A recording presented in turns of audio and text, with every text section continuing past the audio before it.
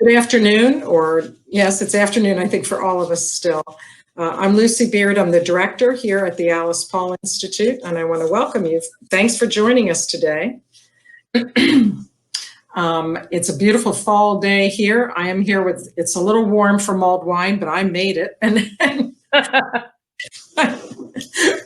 my coworker Tane and I was she is behind the scenes, but she and I are going to enjoy some mulled wine while we're working this afternoon. And it's been a heck of a day here at Alice Paul's home. We had women from the Women's Skydiving Network. The Highlight Pro skydiving team was here today. And they actually skydived down onto the front lawn at Paulsdale. So just another day in Alice's front yard. It's like all of them, but it was really inspiring to see these 4 different women jumped out of a plane and came down, trailing flags like Votes for Women and She Cannot Resist. I've forgotten the saying, I'm sorry, and something else about the Equal Rights Amendment. So it was thrilling, and people in the local area were able to come by and watch from a distance. And it was really a fun event, and one of the few that we were able to do this year that made us all think about all the things we were going to do in 2020 until 2020 happened. But in any case, welcome. If you don't know about the Alice Paul Institute, just a quick infomercial. We are a nonprofit organization based in Alice Paul's home in Mount Laurel, New Jersey, just 12 miles east of Philadelphia. The home is called Paulsdale. It's 6.5 acres of what is left of the original farm. Here it is, as it will look in about 2 hours when dusk comes, and we've got lights up right now, purple, white, and gold for the centennial to celebrate in Alice's favorite colors. But this is a picture of the house. It's all that's left of the original farm. All the other original buildings are gone, the barns and outbuildings. But here at Paulsdale, we've restored it. And it is a National Historic Landmark, one of less than 5% of all National Historic Landmarks in this country honor the work of a woman. So of about 2,800 National Historic Landmarks, that means about 200 are honor women. It is the only one that is publicly accessible, open to the public for visitation in the state of New Jersey that honors a woman. So we're very proud of Paulsdale, and we are very active with the National Collaborative for Women's History Sites. We helped to start that organization, and we work with them to raise the visibility of historic sites that honor women and to get more of those sites on the National Historic Landmark Register. In addition to that work for the enhanced preservation of women's historic sites, we also use Paulsdale as a living legacy to Alice Paul's work for gender equality, with leadership development programs for teen girls that give them some of the basic skills they need to become leaders into the future. And here we're showing you a group of our Rosie We Can Do It Riveter girls from one of our summer programs a few years ago. Those girls are all going into their junior year or are just started their junior year of college this past month. So this is when they were juniors and seniors in high school, and they were here for our Summer Apply program, which is about professional leadership and learning workforce skills. We also have an array of programs for adults, introducing them to the long history of women's achievement in America and around the world, and touching on contemporary issues. We're particularly interested this year in voter education and voter access, and are doing everything we can through our social media and with programming to educate voters. We also do a lot of education around the Equal Rights Amendment, which Alice Paul wrote in 1923 and had introduced into Congress that year. The Equal Rights Amendment is 1 vote away from ratification, and that vote lays with the US Senate. 38 states have ratified the amendment, and now the Congress has to certify that ratification. The House did that by passing HJ Res 38 in February, but SJ Res 6, which would remove the time limit for the ratification for the ERA, is not being taken up by the U.S. Senate at this time. So we may be starting all over in January, but we'll do it. In Alice Paul's memory, we are committed to the idea of legal equality and through the Equal Rights Amendment and other measures. We're really happy to have you all here tonight.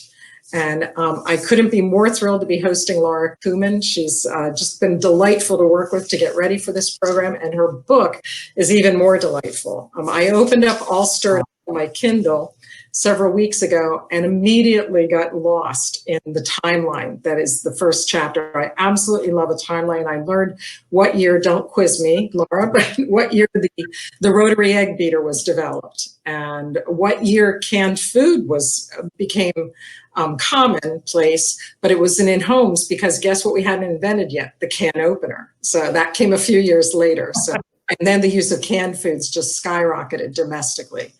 So it's a delightful book. It goes on from the timeline even better for a really breezy but thorough, one of the best, I will say, short compilation overviews of the women's suffrage movement in America. It's really, I'm a huge fan of this book, and I encourage all of you to get a copy and read it. It's a great resource.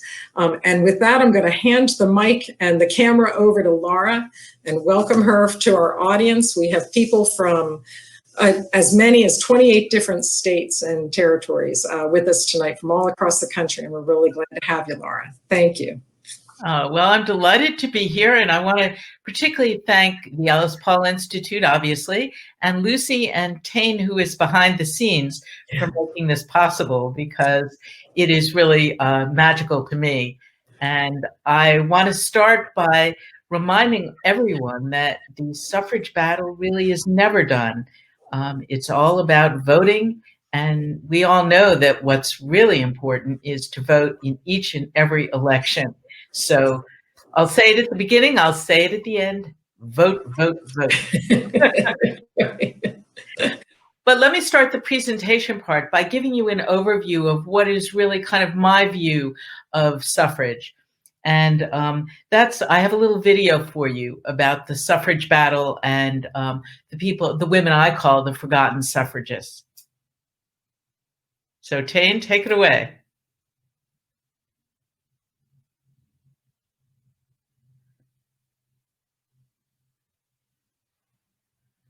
Let us vote. We outsmarted them. Now let's see.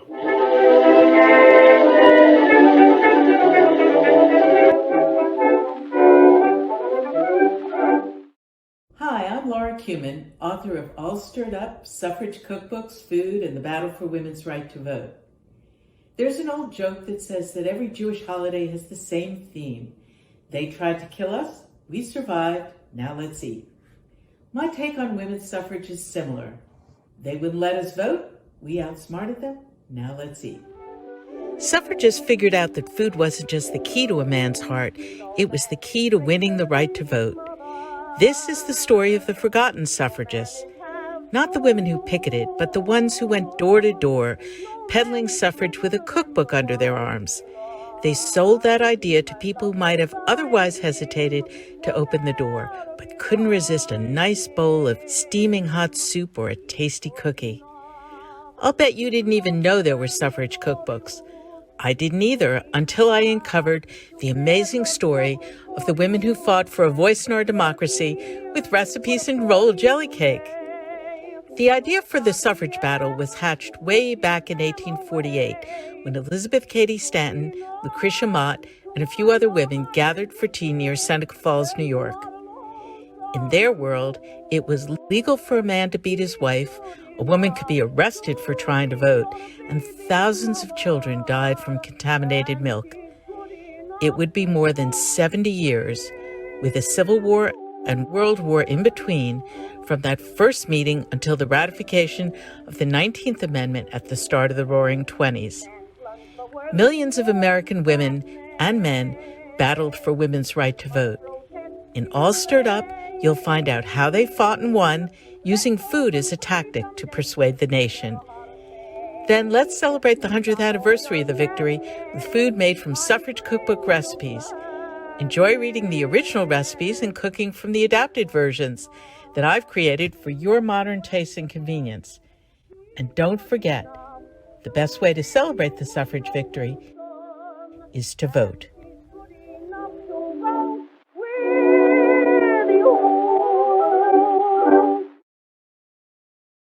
They wouldn't let us vote. We outsmarted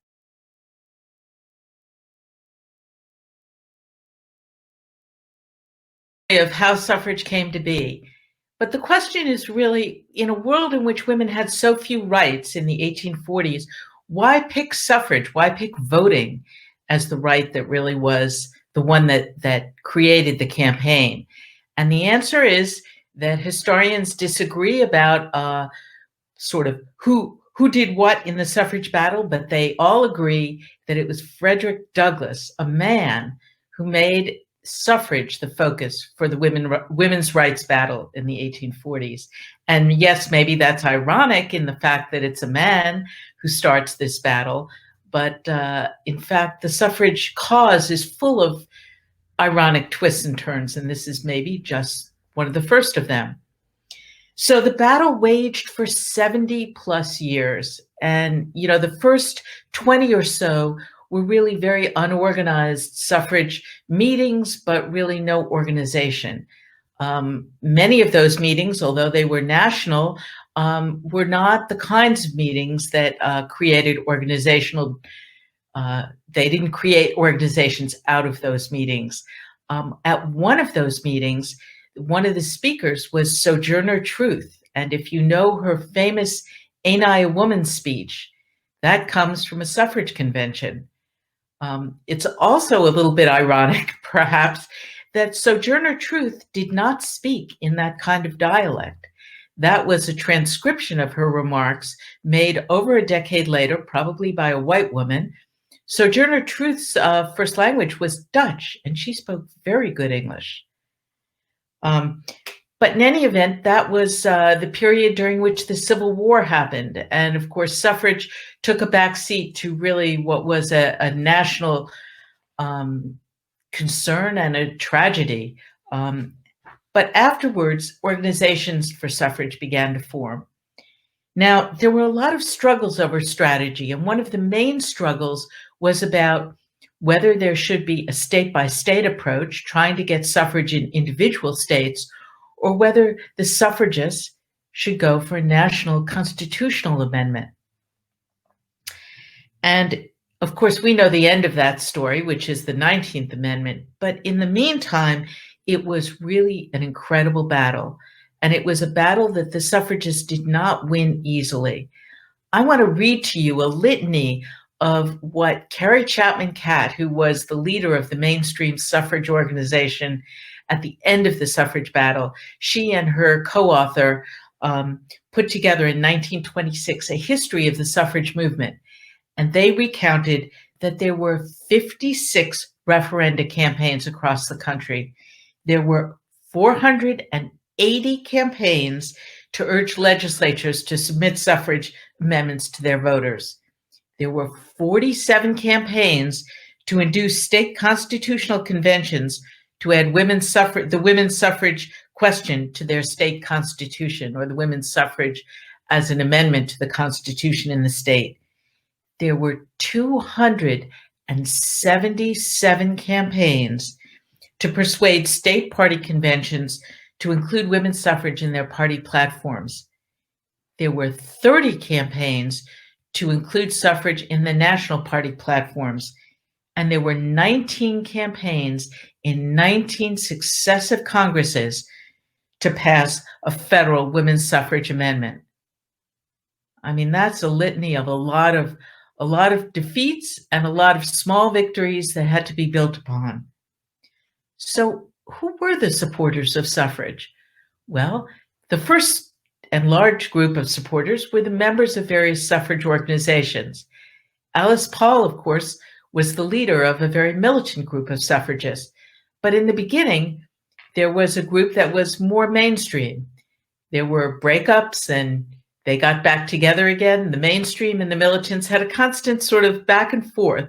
Sometimes they would be in one organization, sometimes in two, but they were all fighting for the same cause, which was suffrage. And of course, there were famous suffragists, not just people we think of as suffragists, but there were others too, people who were very prominent in that particular time, but who we don't necessarily attach to the suffrage cause. One of those is, for example, was Clara Barton. And I do, Tane, have I think, a picture of Clara Barton. She was the angel of the battlefield, the Civil War nurse who created the Red Cross, the American Red Cross. Very, very ardent suffragist. There were also what we would call today allies, men who were suffrage supporters. In those days, one of the suffragists, a woman named Vida Sutton, coined the phrase suffragents. And these gentlemen, sometimes they were unorganized, sometimes they had their own little groups. And there was a large contingent of suffragettes in New York who created their own organization. And this organization was able to get to other men who were powerful and rich, whom the women who were suffragists really didn't have their ear. Well, these men did, and they pursued the suffrage cause with their fellow rich and powerful men. And then there were the women that I call the forgotten suffragists. And who were they? They were the hundreds of thousands and even millions of women who were the foot soldiers, really, of suffrage. Now, many of them were white, but lots of them were not. The suffragist leadership was really upper middle class and upper class. It was basically all white. But the Black suffragists and other suffragists of color were there. They just weren't allowed to have positions of power in the suffrage organizations, and in some cases weren't even allowed to be members of those organizations. Their fight for suffrage often took place in their own organizations which, besides suffrage, had to fight for things like anti-lynching laws. They had to fight for very basic rights that the white suffragists really took for granted. Now, there were also a number of immigrants who were pro-suffrage.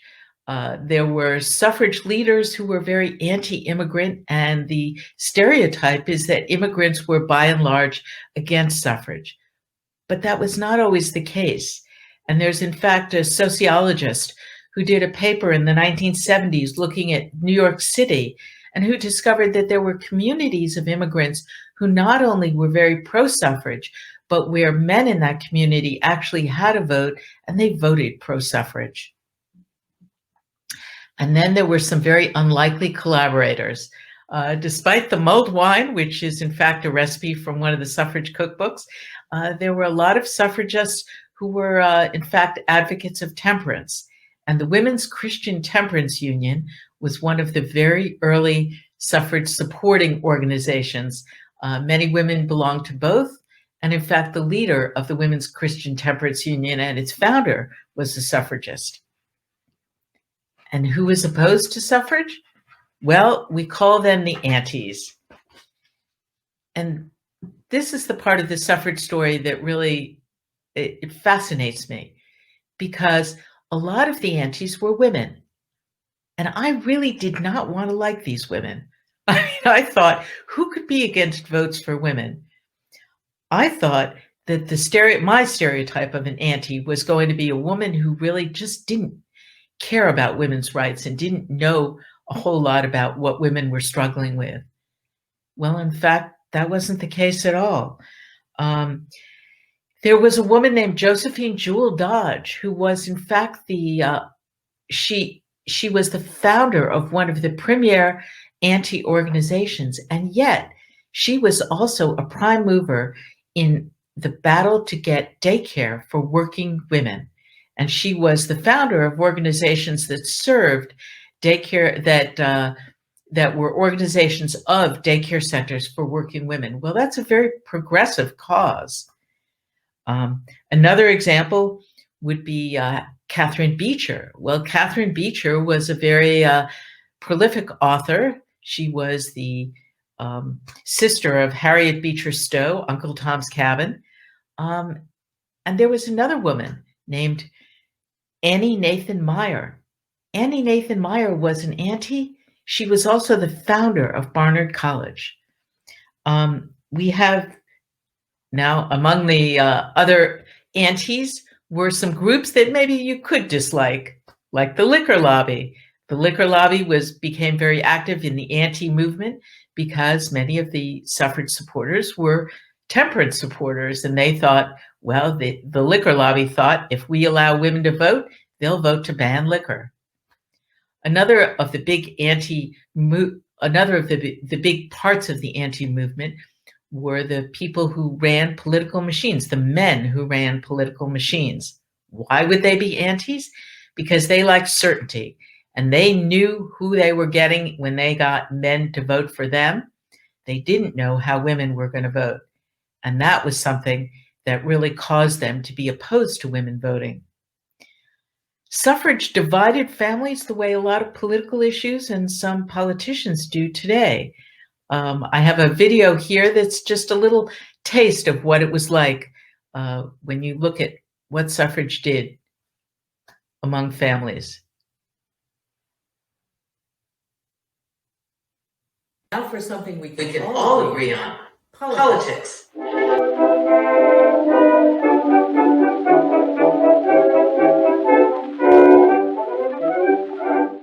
Hi, I'm Laura Kumin, author of All Stirred Up, Suffrage Cookbooks, Food, and the Battle for Women's Right to Vote.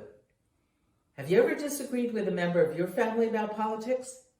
I certainly have, and I know plenty of people who dread navigating the landmines of Thanksgiving dinner or who mute a family member on Facebook to avoid their rants about some political issue or other. Well, suffrage divided families in the same way.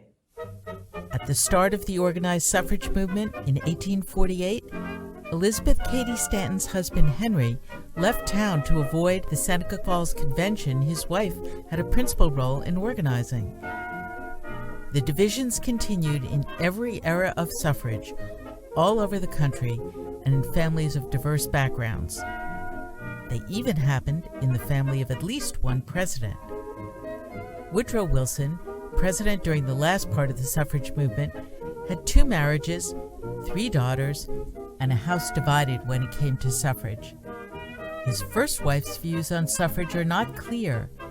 However, after she died, he remarried in 1915 during his first term in office.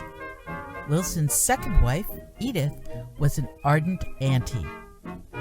However, at least 2 of his 3 grown daughters were suffragists, actively supporting the cause. Historians debate when and how Wilson moved from dithering about suffrage to publicly supporting it as president in 1918. In any event, there is no question that his position changed, and at the end of the battle, he was a supporter. When the president suffered a stroke in the fall of 1919, Edith literally ran the executive branch in his stead. But her anti-views could have little or no effect at that point. Wilson had already helped the suffrage amendment pass Congress, and it was being considered by state legislatures in the ratification process. We'll likely never know what their dinner table conversations were like, but we do know that Wilson stayed on good terms with all of the opinionated and strong-willed women in his family. Another famous family that became divided over suffrage was the Beechers.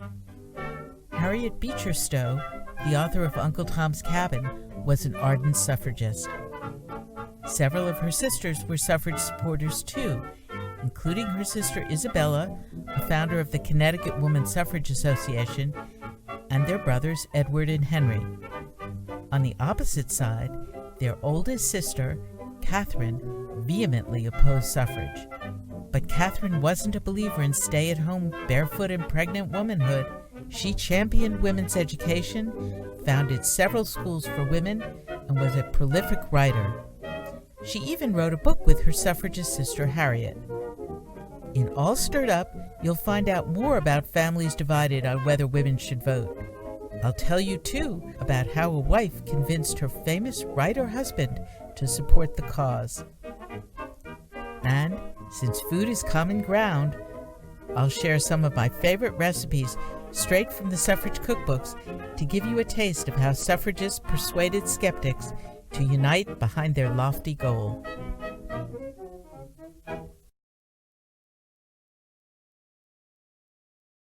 So one of the very important themes for me in the suffrage movement is that women had to convince men. If you think about it, men were the voters. In order to create suffrage, men had to vote for it. Well, that wasn't an easy task. And even if women didn't want, even if they were upset by anti-suffrage views of their husbands, brothers, and other men as sons, even men in their family, they had to convince them to vote for suffrage. There's a modern day woman who really echoes that. A particular hero of mine, Ruth Bader Ginsburg.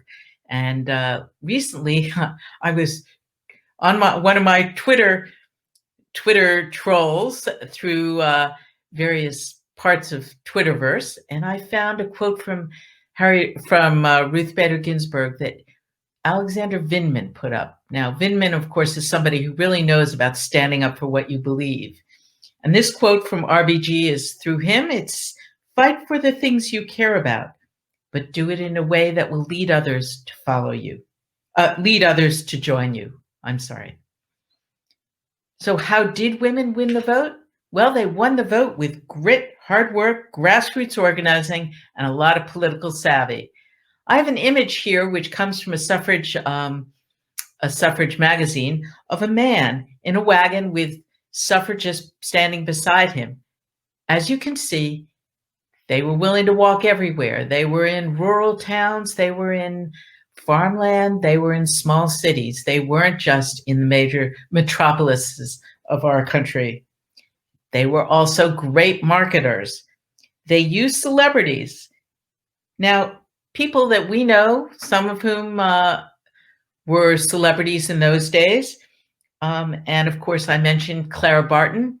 Well, the suffrage movement put people like her front and center. A quote from Clara Barton that really made a difference, I think, was a quote from her to the men of America. This is after she had served as a nurse in the Civil War and after she had founded the Red Cross. She said, "When you were weak and I was strong, I toiled for you. Now you are strong and I am weak. Because of my work for you, I ask your aid. I ask the ballot for myself and my sex. As I stood beside you, I pray you stand by me and mine." Imagine being a man who had been helped by a nurse in the Civil War and reading that. They also used memes, and they had campaigns that would make modern day political strategists sit up and take notice.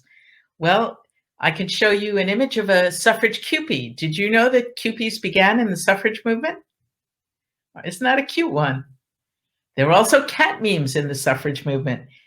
And my favorite was the suffrage pig campaign. If you want to know what that is, read the book. All I'll tell you is that those suffragists, they went to lengths that made people laugh and then maybe pay attention to their cause. Now, the last moments of the suffrage movement were in Tennessee in 1920. A lot of you may know the story of Harry Byrne, who was the young legislator who was cast the deciding vote for suffrage. And when he did that, he was wearing the red rose of the anti-movement. Everybody thought he was going to vote against suffrage, but he went into the legislature in that summer of July 1920 and voted for suffrage, making Tennessee the last state needed to ratify. And why did he do that? Well, he had in his pocket a crumpled up note from his mother who said, "Be a good boy and help Mrs. Cat." But we may think of 1920 and the ratification of the 19th Amendment as the end. It wasn't. In fact, the opponents of suffrage sued, saying that the ratification wasn't effective. It wasn't until 1922 that Justice Brandeis wrote a Supreme Court decision in a case that happens to be called Lesser v. Garnett, in which the Supreme Court said that the 19th Amendment, in fact, was valid and had been validly ratified. And of course, unfortunately, suffrage wasn't a given for many women of color. They needed to continue fighting. It wasn't until the Voting Rights Act of the 1960s that many women of color were able to vote. And of course, I live in the District of Columbia. We still don't have representation. Now, what does suffrage mean for us today? Well, I think it means two things. First, it means that suffrage is really a settled issue and that women can be in all parts of government. Women can really vote. We can be participants in the political process. It's also what the author and historian Thomas Cahill calls a hinge in history. It really opened the door to a lot. And the ironies are abound even here, which is it opened the door to all kinds of women participating in history, in politics. The first woman who was elected after the suffrage amendment was ratified was in fact an auntie. She was from Oklahoma and she had worked against women's suffrage. Then she ran for office and became a congresswoman. In another flip of perhaps even more ironically, she lost her seat 2 years later. Why? Because she began to attack the League of Women Voters as a socialist and communist organization. Well, that didn't sit too well, even with the voters who had elected her, and she was trounced. Now, my book is a lot about food. And why food? How did they use food, those suffragists? Well, simply, it's a common denominator. We all have to eat, and most of us like to eat good food. So everyone eats, and during suffrage, mostly all women cooked, and only women cooked. And cooking really was a woman's world. So who used it? Well, mainstream used it. Militants used it as well. I had an interesting discussion not too long ago with Lucy about Alice Paul, who really, her organization, even the militants used food, but they were not in favor of highlighting the domesticity of the women who supported suffrage. The mainstream women were more comfortable with that, and they in fact liked to show that they not only could cook, but that they enjoyed doing things that were benefiting their families. They enjoyed taking care of their families. How was food used? Well, food was used in every possible way. Suffragists looked at every step along the food chain. They used ingredients. There were suffragists who were, in fact, creating suffrage farms, suffrage grocery stores. They sold food at suffrage lunchrooms. They sold and gave away the suffrage cookbooks. And they used food as a come-on. They actually bundled food. They said there was one case at least of selling tickets to a baseball game and saying, if you buy a ticket, you not only get a piece of cake from the suffragists, you get some suffrage literature. Well, let me show you with a little video the beginnings of my thoughts on the suffrage cookbooks, okay? Here it goes.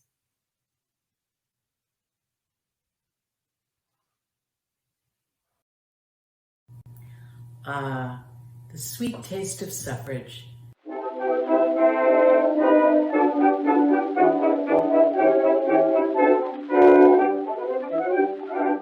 Hi, I'm Laura Kumin, author of All Stirred Up, Suffrage Cookbooks, Food, and the Battle for Women's Right to Vote. The battle for women's right to vote took over 70 years. The army of supporters needed money to fund their cause and a way to begin conversations, to get folks to open their doors and their minds to the radical proposition that women should be able to vote in every election that men could vote in. That's where suffrage cookbooks came in. You won't learn about suffrage cookbooks from most other accounts of the fight for women's suffrage. I had never heard of them myself until I happened upon one of these amazing cookbooks and dug into the story of the trailblazing women who helped convince a nation with hot cross buns and Boston fish chowder. We'll never know how many suffrage cookbooks there were. We only know of those that have survived, fewer than 10 today. But there are tantalizing hints of several others now lost to us. The surviving suffrage cookbooks begin with a slim volume created in Boston in the 1880s. This cookbook includes 3 recipes for Washington pie, a protest against pepper, and directions for 9 different types of disinfectants. Suffragists in Rockford, Illinois put together the holiday gift cookbook a few years later. The largest suffrage cookbook is from Washington State, where suffragists put together one with hundreds of recipes. At the opposite end in terms of size, an organization of women household workers collaborated with the Women's City Club of Long Beach, California, to publish a sweet pamphlet called Little Tastes of Enfranchisement that runs less than 20 pages. The latest suffrage cookbook we know of comes from the women of Wayne County, Michigan, and it includes a recipe for a 15-pound wedding cake. In All Stirred Up, I'll tell you more about these fascinating cookbooks and how suffragists use food to win over the nation. Then celebrate women's right to vote with treats made from suffrage cookbook recipes, including one of my favorites, soft gingerbread made with sour cream.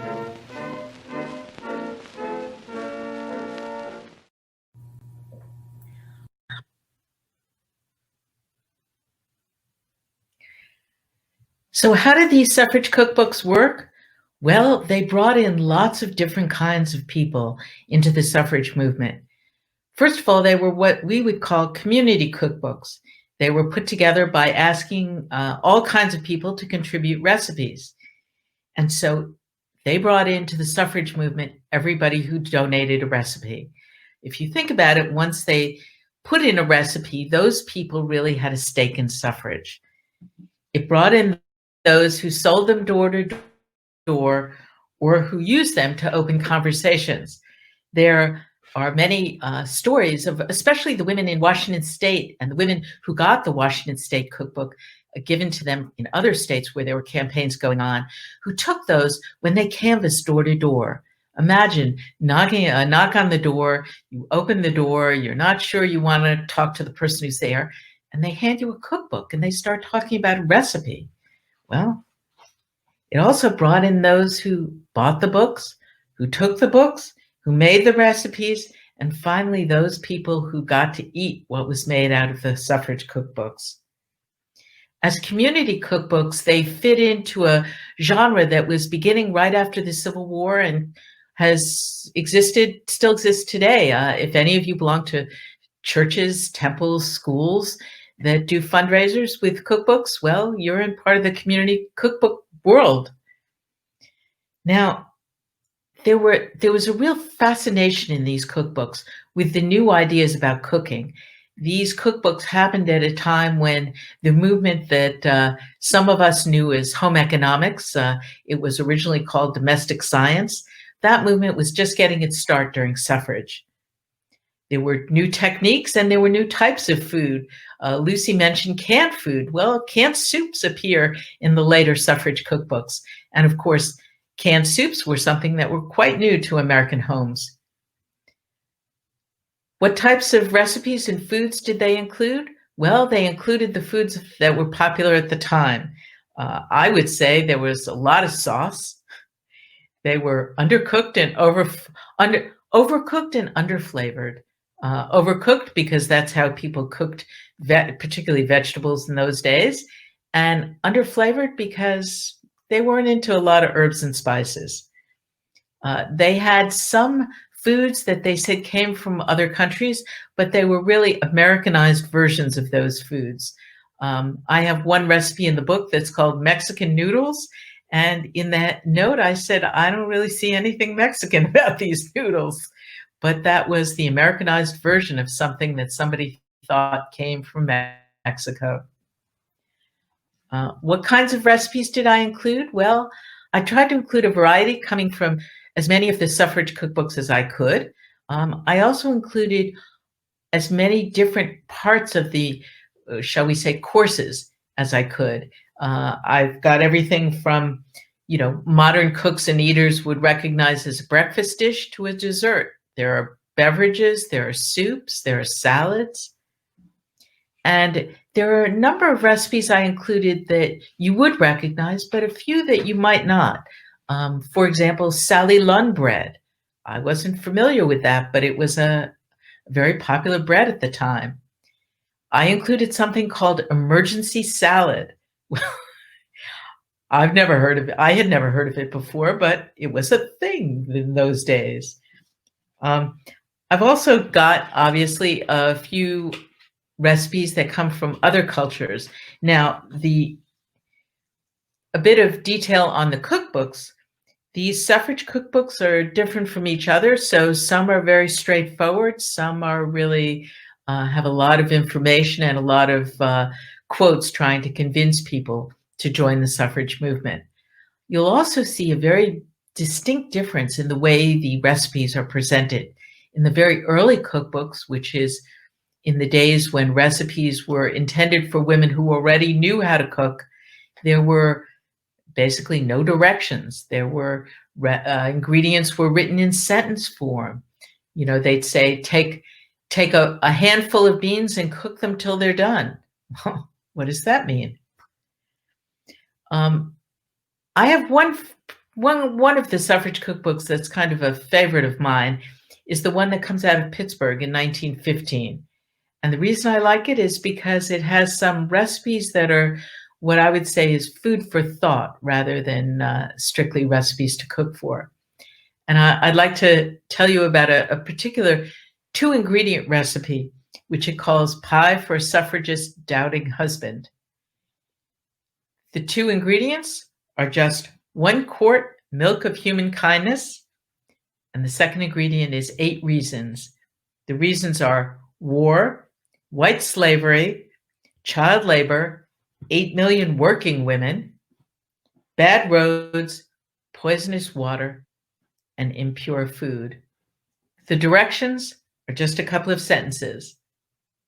Mix the crust with tact and velvet gloves, using no sarcasm, especially with the upper crust. Upper crust must be handled with extreme care, for they quickly sour if manipulated roughly. So in conclusion, I hope you've enjoyed hearing a little bit about the suffrage cookbooks. And I'd like to tell you what kind of my takeaway is from learning about the suffrage movement as I did through these cookbooks and through the food that these suffragists used. The first is that it takes really all kinds of people to make social change. You know, there are people who are comfortable on the front lines. They were the Alice Pauls, they were the Inez Milhollans in that iconic picture of the woman on the white steed. But there are also those who are willing to kind of do the hard work, but who don't relish the spotlight. And the second thing I learned was that if we only learn and honor those big name people, well, we're really missing what the point of suffrage was. Because suffrage is really about every woman. So thanks a lot, and I'll look forward to some good questions from Lucy and from you. Thank you. Can you hear me? Yep. Good.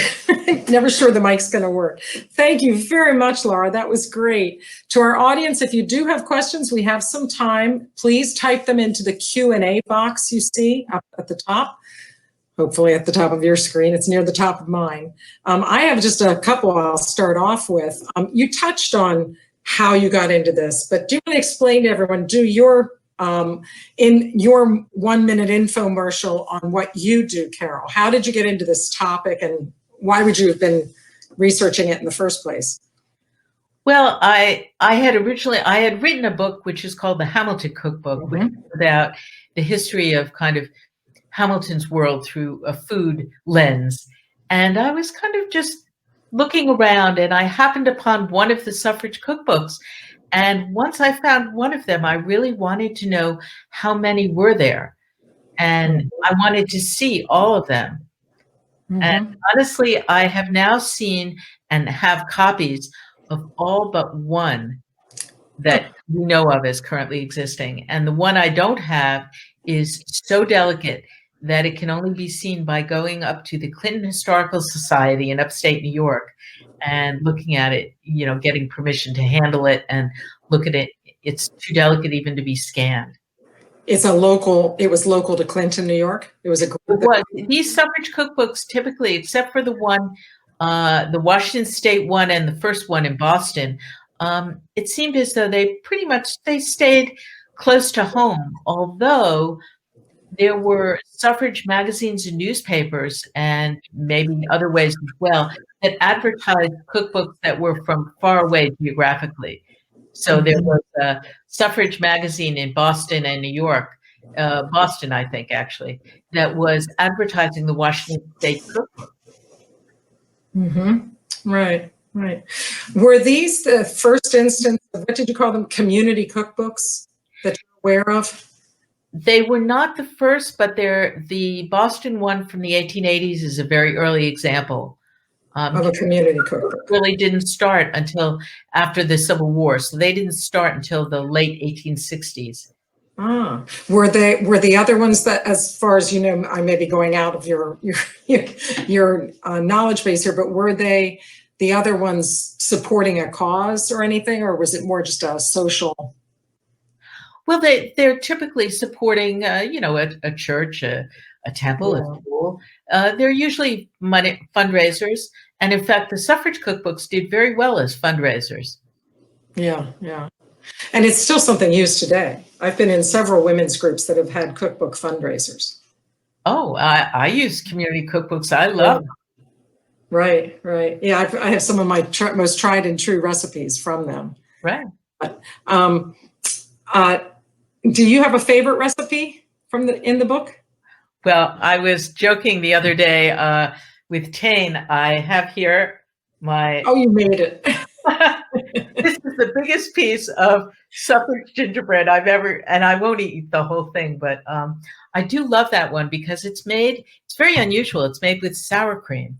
Yeah. And it's a very easy recipe. It's one you could easily make with kids. So I tend to like desserts. There are some good recipes for things like beef stew.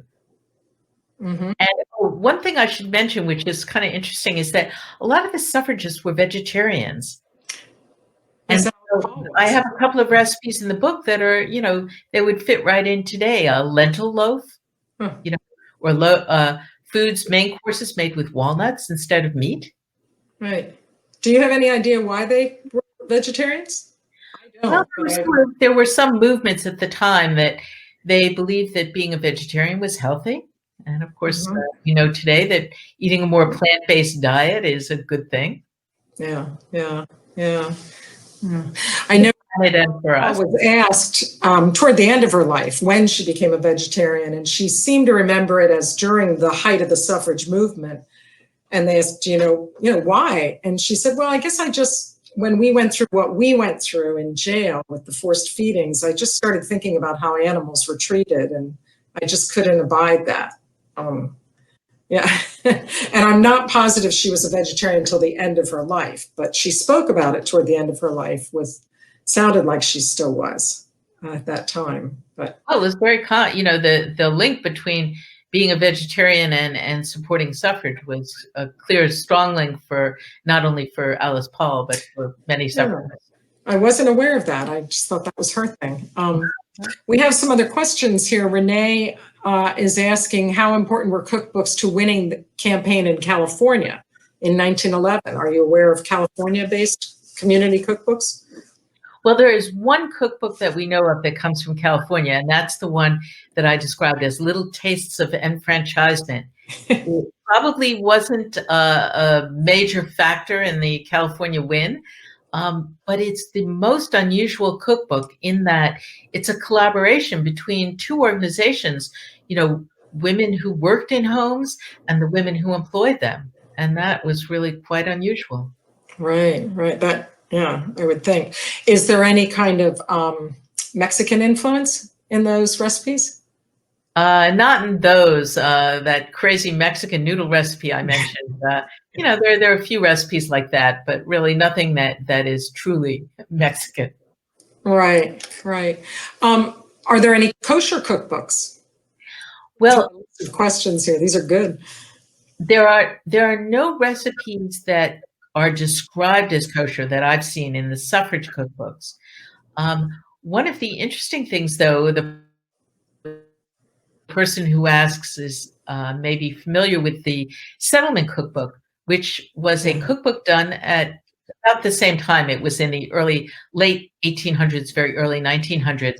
And the woman who created the Settlement Cookbook was in fact an auntie whose name was Cantor.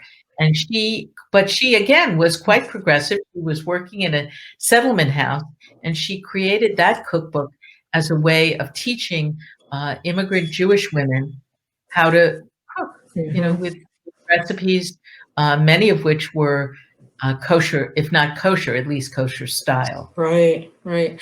We recently were given a letter that Alice Paul wrote to a cousin in 1905 when she was living on the Lower East Side in New York City, and right in the heart of the Jewish section, Jewish immigrants. And she describes the food vendors out in the street, and take the different foods, and hearing Yiddish a lot, and trying to figure it out, trying to decode the Yiddish.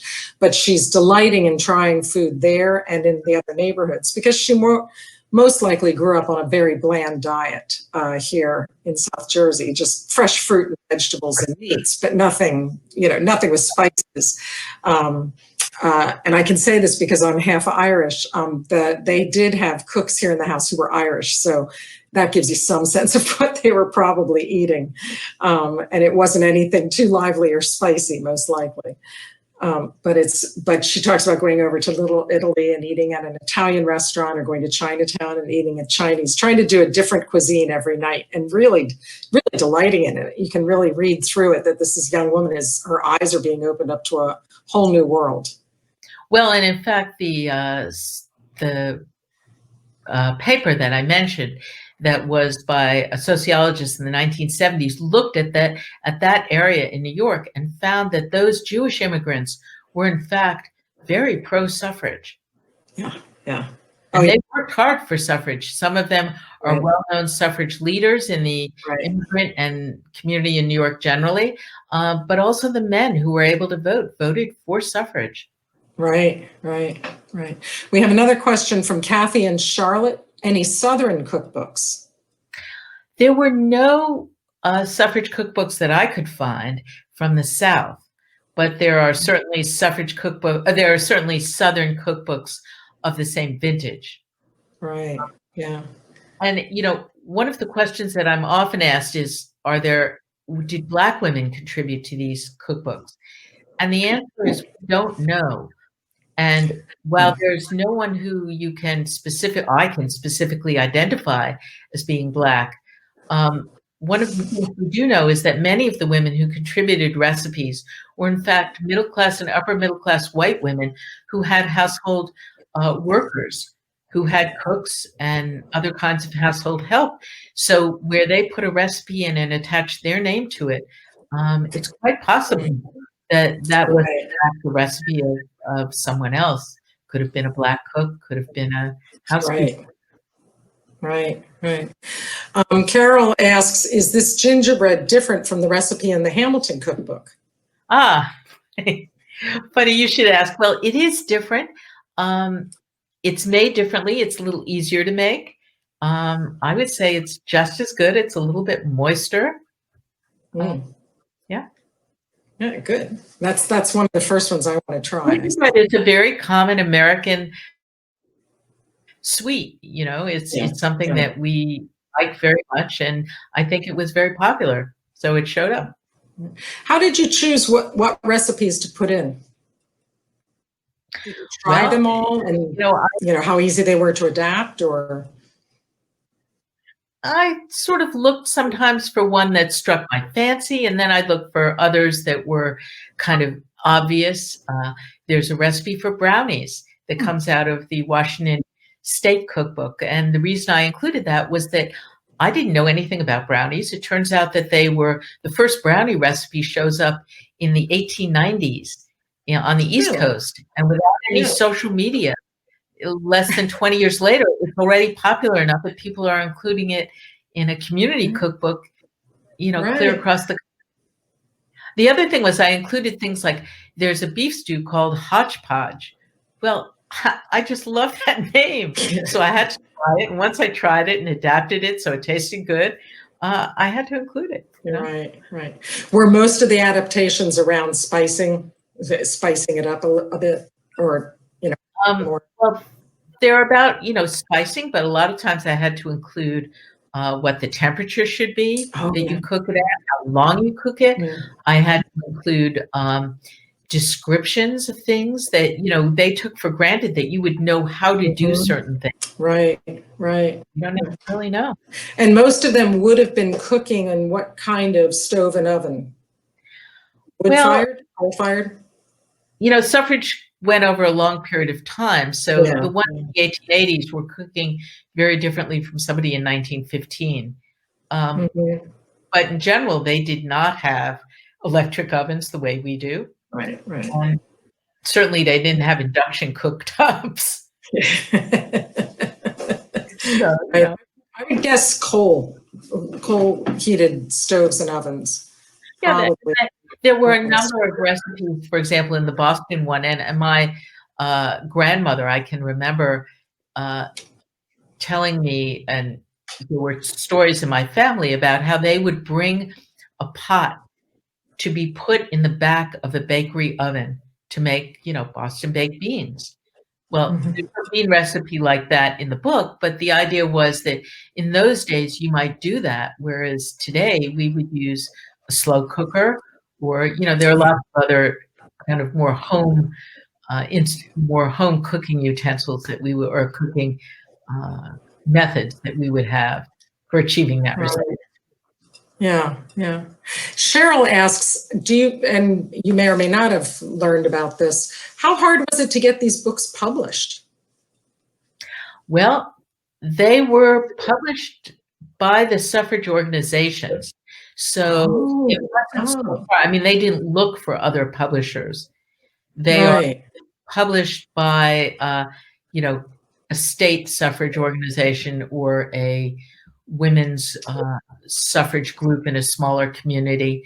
One of the interesting things was that suffrage got so popular that there were, in fact, companies that were issuing their own suffrage little recipe booklets, things that you could make using their ingredients, their products, and they were calling them suffrage. Oh, okay. Cookies, suffrage crackers. Right. And not to forget right. Yes. Yeah. And not to forget, but by 1910, 12 states did have women voting in elections. And other states had women voting in some maybe local elections, school board, things like that, had limited suffrage. So it was not a 0 to 48 game. It happened gradually. No, in fact, one of the very famous pacifists in this country, Jeanette Rankin, was in fact elected from, I think it's Minnesota, right? Wyoming. Montana. Sorry. Before suffrage, because Montana had already women. Right. Yeah. She was the lone woman in Congress for quite a while. Right. And she voted against the U.S. entry into World War I. Right. On her first day, I think. I think it was on her first day in the Congress. She made that stand. It was really something. And she came back 20 years later to vote against World War II as well. So she's consistent. Right. We have one final question from Louisa, and this is getting away from cookbooks, but we'll get your opinion on this. Did Woodrow Wilson really support suffrage finally, or was he forced to support it because he was afraid women might die in prison from the forced feedings? I think he changed his mind. Yeah. And, how he changed his mind and why, no one will ever be sure. It is clear, of course, that the forced feedings were a disaster for him, PR-wise. Right. He had women protesting in front of the White House. He thought arresting them was a good idea.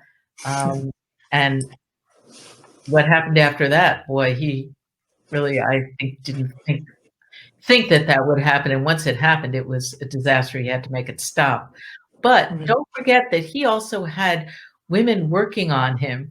And when I say working on him, there were mainstream women who were talking to him at the same time as people as the women in Occoquan were being force-fed.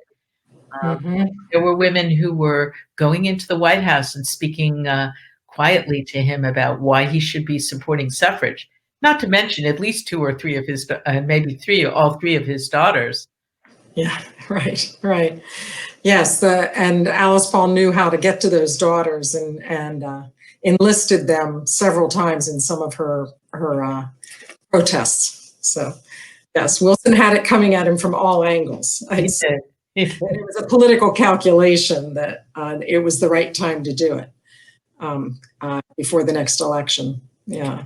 Well, thank you. Now, I want you to tell everyone, where can they get the book? Where, and how can they get the book where you will make the most money? Well, you can, of course, get the book through any of the online sites. You can get it from your local independent bookstore, which is always a good idea. Right. I would give a special shout out. There's a wonderful bookstore in New York City called Kitchen Arts and Letters. Oh, I love that shop. Yeah. Reviewing the book and putting it up. I also have my own website, laurakumin.com, where if you go to it, you can get it. And I supposedly get a small commission, which I've never gotten so far. So. It's not making me rich, I can assure you. Right. Do you have a new book you're working on? I have an idea, but it's not ready for prime time yet. So. Okay. All right. Well, tell us, you have two websites. There's laurakumin.com, and then tell us about your other one. Well, I do have a food blog, which is called Mother Would Know. It's a food blog for people who want to be more creative and really just more confident in the kitchen. And I would describe myself as just being a home cook. I don't have any special training. I'm not a chef, and I just love to cook and love to eat. Well, and I can vouch for your adaptation of the mulled wine. It's very good. Enjoying it here, and I'm on to the gingerbread recipe next. I want to thank you very much, Laura. This was delightful. Everyone, please find this book, All Stirred Up. It's a lot of fun, and it's just a fun way to look at the suffrage movement. And if you do like the recipes, if you're on Instagram, just hashtag them All Stirred Up, and I'll come over and, comment and share them. Great. We'll do that. Thanks, Laura. Thanks a lot. Thanks. And thank you to everyone who joined us today. Our next event will be the last week in October when we have Laura Bache from Lexington, Kentucky joining us with her one-woman show on Alice Paul. Please do check in at our website, alicepaul.org, under the events tab, and you'll see upcoming events. We so appreciate you joining us today, and always thank you very much. And thanks again, Laura, and happy day. Good night. Thank you. Good night. Take care, everybody.